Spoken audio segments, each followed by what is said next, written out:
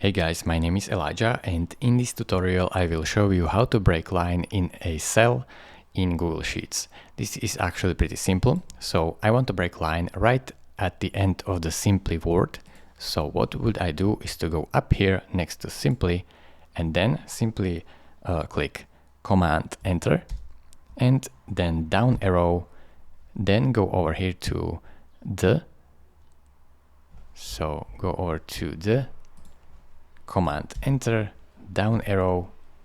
Now go over to the typesetting. So typesetting, Command Enter, down arrow, and you can do this indefinitely. So lorem ipsum, Command Enter. This is how you can simply break a line in a cell in Google Sheets. Thank you very much for watching. If this video was helpful to you, consider subscribing and liking this video, and I will see you in the next tutorial. Bye bye.